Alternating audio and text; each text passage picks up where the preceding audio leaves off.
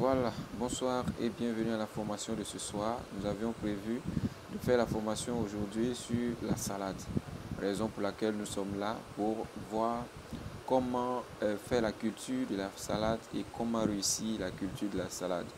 La chose n'est pas de faire la culture de la salade, mais la bonne chose est de réussir la culture de la salade. Comment donc nous allons faire pour réussir la culture de la salade pour tous ceux-là qui veulent se lancer dans le business de la culture de la salade? Bien, nous commençons rapidement avec notre formation qui ne va même pas durer. C'est l'une des plantes les plus faciles à faire et puis les plus rapides à donner ses fruits. Voilà, donc je conseille à tous ceux-là qui veulent se lancer, surtout les femmes, les jeunes gens qui veulent se lancer, qui veulent rapidement avoir quelque chose, de se lancer aussi dans ce business de la culture de salade. Parce que ça ne dure pas.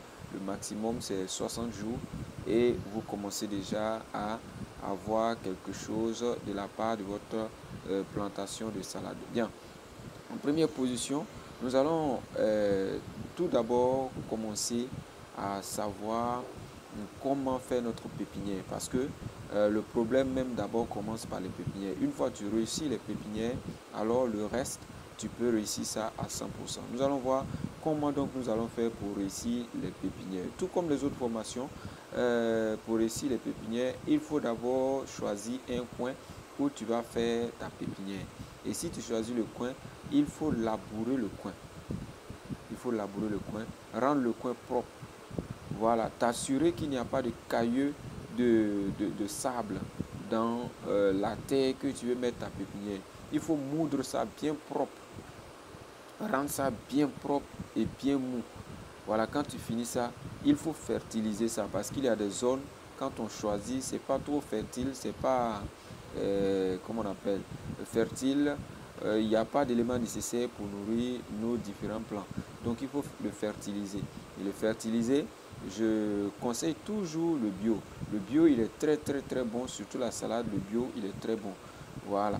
Quand les gens sauront que tu utilises le bio pour faire tes jardins, je crois que tant que toi, tes produits ne sont pas finis, ils ne vont pas avoir le produit de l'autre parce que le bio, il est très bon, il est très bon, il est très agréable. Voilà, il n'est pas infectif. Voilà, donc pour le bio et le déchet des animaux, je vous conseille vivement le déchet des poulets. C'est très très important, le déchet des poulets. Voilà. Après ça, quand vous finissez de labourer votre coin, quand vous finissez de fertiliser votre coin, arrosez-le. Quand vous l'arrosez, laissez-le coucher pendant une journée. Le lendemain, vous pouvez venir maintenant placer vos semis dans votre brévoire ou bien dans le lieu que vous avez prévu pour mettre votre pépinière. Maintenant, pour mettre la pépinière, il faut éviter de les mettre, comme on appelle, beaucoup. Voilà.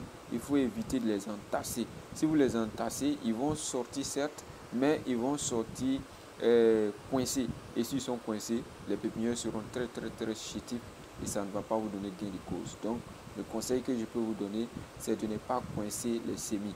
C'est d'espacer les semis. Voilà, espacer les semis dans votre lieu de pépinière. Bien. Et quand vous finissez là, vous mettez vos semis et vous mettez des pailles dessus. Vous fermez avec les pailles. Voilà, juste pour 2 jours.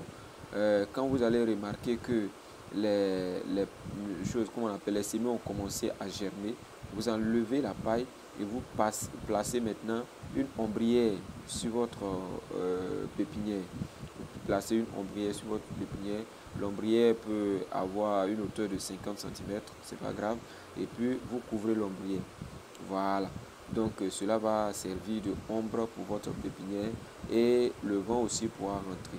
Voilà, pour souffler votre pépinière, ce qui va faciliter la croissance rapide de vos différentes pépinières. Bien, maintenant, quand vous aurez fini de faire ça et que vous avez réussi à votre pépinière et que la pépinière a poussé, la pépinière est plantée à partir de 30 jours. Voilà, la pépinière est plantée à partir de 30 jours. Et maintenant, quand notre pépinière est prête, nous allons faire comment? Nous allons passer maintenant au repiquage. Et comment faire le repiquage?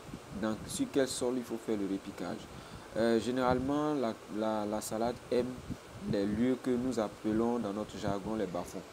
Voilà, la salade aime beaucoup ces lieux-là parce que la salade aime beaucoup de sels minéraux. Ils aiment beaucoup puiser dans le sol qui est riche. Voilà, dans le sol qui est riche. Ça ne veut pas dire qu'on ne peut pas faire ça sur d'autres types de sol, mais quand on fait ça sur d'autres types de sol, il faut s'arranger que le type de sol, nous avons bien fertilisé le sol et que le sol contient vraiment des nutriments nécessaires pour la plante.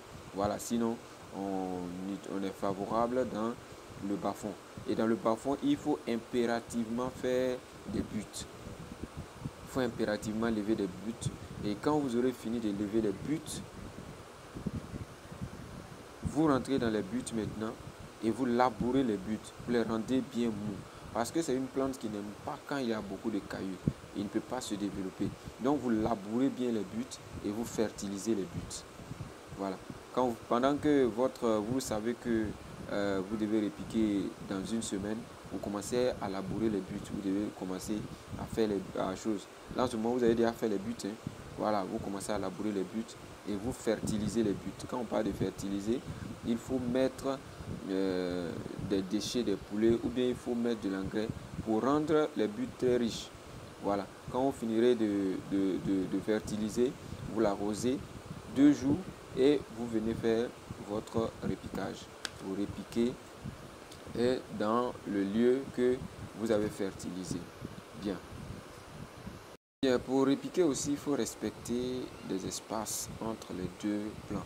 Les deux plants, il faut respecter au moins 30 cm. Voilà, parce qu'il y a des salades, quand c'est bien traité, surtout la salade qui est recommandée dans notre région ici, ce qu'on utilise là, si c'est bien fait, ça peut être volumineux. Voilà, donc il faut respecter au moins 30 cm entre l'autre. Voilà, c'est-à-dire, tu places un, tu fais au moins 30 cm, tu places l'autre. Voilà, tu repiques comme ça sur tes buts. Voilà, maintenant, passons maintenant au traitement. Parce que la salade n'est pas difficile à faire, mais la salade, c'est le traitement souvent qui fait défaut à la salade. Et la mère même du traitement de la salade, c'est l'entretien. C'est l'entretien. La salade, généralement, ne refuse pas, mais c'est l'entretien qui entraîne des maladies. C'est l'entretien qui appelle les criquets, c'est l'entretien qui appelle les chenilles, c'est l'entretien qui appelle toutes sortes d'animaux nuisibles à venir s'implanter dans la plantation. Et lorsque ces animaux nuisibles sont déjà dans la plantation et que vous ne vous donnez pas un bras de fer, vous risquez de perdre votre plantation, surtout les criquets, les chenilles. Voilà. Avec, comment on appelle, la salade, la chenille peut se cacher à l'intérieur de la feuille. Vous comprenez un peu. Donc, la chose la plus principale, la chose la plus grande, c'est d'entretenir le champ. Le champ doit être toujours propre. Le champ doit être toujours propre. Vos buts doivent être toujours propres. Toujours propre. Voilà, quand vous arrosez, il y a certains champignons qui poussent à côté des buts et autres à cause de la richesse du sol. Il faut les éliminer rapidement.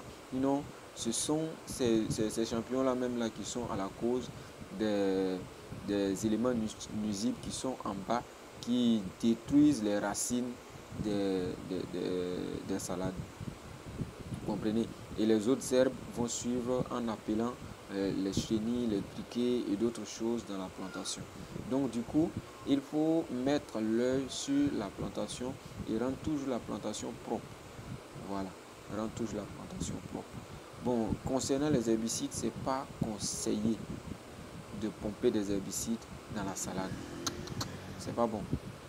On ne pompe pas des herbicides dans la salade. On n'utilise pas des herbicides dans la salade. La salade doit être naturellement bio. On doit enlever les herbes avec la main.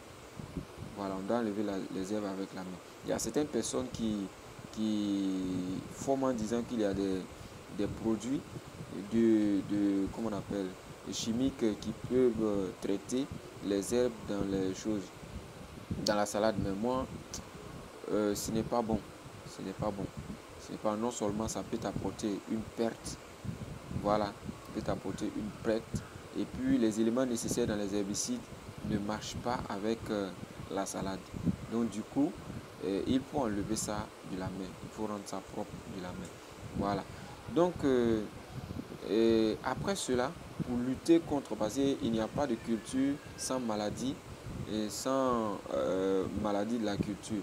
Alors, pour lutter contre toute maladie dans la culture de la salade, il y a dans notre sous-région ici, précisément en Côte d'Ivoire ici, nous on a un seul produit qui lutte contre tout ce qui est maladie de la salade. Et le produit c'est quoi? Le produit c'est le chitosan, liquide. Ouais, il y a le chitosan soluble et puis il y a le chitosan liquide. Donc utiliser le chitosan liquide c'est plus mieux que le chitosan soluble. Voilà, il est à 1,5 litre. À 1,5 litre, vous utilisez ça et généralement il a une fermeture sur lui. Vous utilisez une fermeture par machine. Voilà, vous pulvérisez votre coin. Et là, ça n'a pas de fréquence.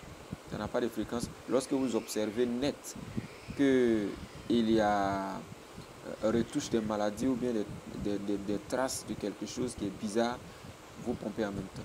Voilà. Pour ceux qui ne peuvent pas avoir ce médicament-là pour traiter, il y a aussi le médicament des cotons. Bon, je ne sais pas comment on appelle ça, mais en Côte d'Ivoire, sinon on l'appelle D6. Bon, on l'utilise pour pomper le coton. Voilà, vous pouvez l'utiliser et l'enlever un peu parce que le D6, lui, il est très acide. Il peut griller. Voilà, le plan. Donc vous enlevez légèrement petit, vous mélangez et vous pompez. C'est juste pour chasser les insectes, les criquets et autres. Voilà. Donc c'est très efficace. Donc voilà un peu. Voyons voir. Voilà un peu ce qui concerne la salade. Ce n'est pas une formation qui est très longue. Ce n'est pas une formation qui est difficile. Ce n'est pas une culture qui est compliquée. Tout le monde peut essayer ça.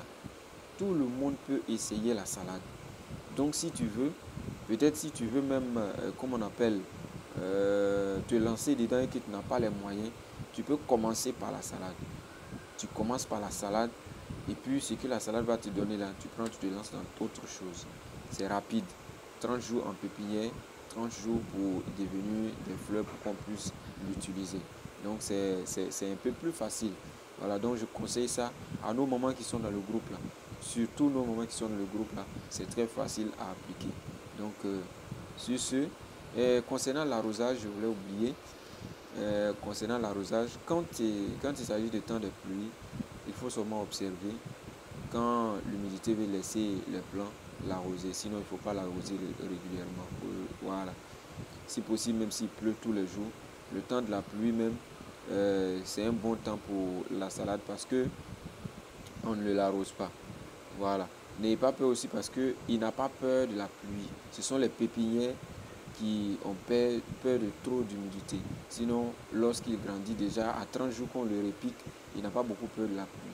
Donc la pluie, généralement les pluies qui pleuvent chez nous ici, là, ne peuvent pas faire quelque chose à la plante. Bien, mais si c'est quand il s'agit du temps où il n'y a pas de la pluie, il faut l'arroser au moins 2 fois chaque 2 jours.